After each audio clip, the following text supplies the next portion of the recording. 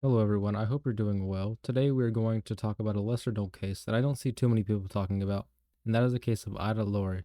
This is an interesting one with not a whole lot of details, but everything that we do know is interesting, and there is a big twist at the end. Be sure to like the video, and if you're new here, be sure to subscribe. I make new videos like this one every week, and now let's get into the mysterious death of Ida Lowry. Before we talk about the main mystery here, I want to talk about Ida herself.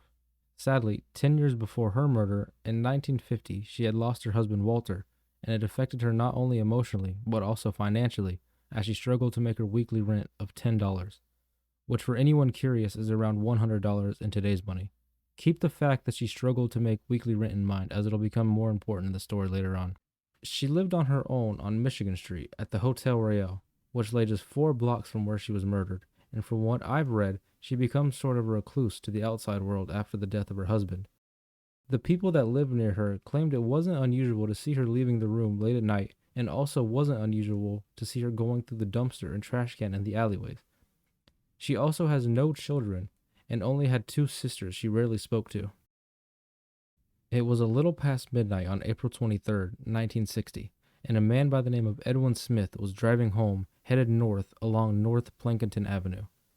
On his drive, he heard a woman crying out for help, so he stopped his car in front of the alleyway where he heard the screaming. He then exited his vehicle, and as he entered the alleyway, he found 76-year-old Ida, who was badly beaten and covered in blood. He tried to lift her up, but that caused her to scream even more and caused more pain. He ran out of the alleyway to call police, and she was rushed to a nearby hospital soon after. And sadly, just a few hours later, Mrs. Ida was pronounced dead at the hospital. After more investigation, it was discovered that she had been beaten, raped, and left to die. Although she was in horrible condition when police arrived, she was able to tell them her assailant had been a big white man who works at the bridge. She also informed them she believed she was laying there about 15 minutes before Edwin had discovered her. The police began searching the alleyway for anything useful they could find, but found nothing of importance to her case. And with the vague description of the killer, it made it very hard to piece together possible suspects. Although they had little evidence, police managed to find 6 different possible suspects. The main suspect was a man who had been arrested for drunkenness near where the crime had taken place just a week prior. He had also worked at a railroad bridge and fit Ida's description of the attacker. When police searched his apartment, they found a set of bloody clothes, which he told police were his. He claimed on the night he was arrested, he had cut himself, and this is where the blood had came from. When they sent his blood off to be tested, it was not a match for Ida's blood, and the man was telling the truth. The police quickly changed their focus to a 24-year-old man who was being held for the crime of being drunk and disorderly. The man also had an attempted rape charge on his file. He told police he had been so drunk on the night of Ida's murder, he had no recollection of anything. He did, however, admit to being in the area where the crime took place on that night. After testing his clothes, forensics turned up nothing and he was released without charge.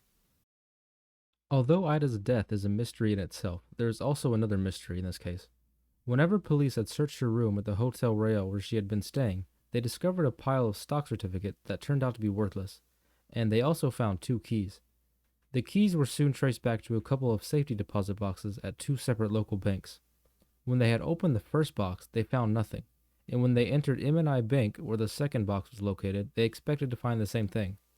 However, upon opening the box, they found over $17,000 of cash, which in today's money is equivalent to almost $180,000, which raises the question, why was she struggling to pay her weekly $10 rent? And why was she regularly seen going through the dumpsters and trash cans?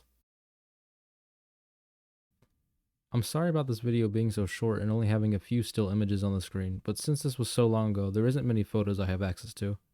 I have no theories about the actual death of Ida, since there was so little suspects and not much information to say anyone else was responsible. And about the safety deposit box, my theory is that she either had Alzheimer's or a similar disease, or she was just very cheap. It's also possible the safety deposit box belonged to her husband, and she just had no idea the money was there.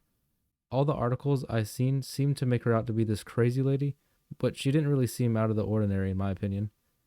Thank you for sticking around to the end of the video, and I hope you have a great rest of your day. Thank you.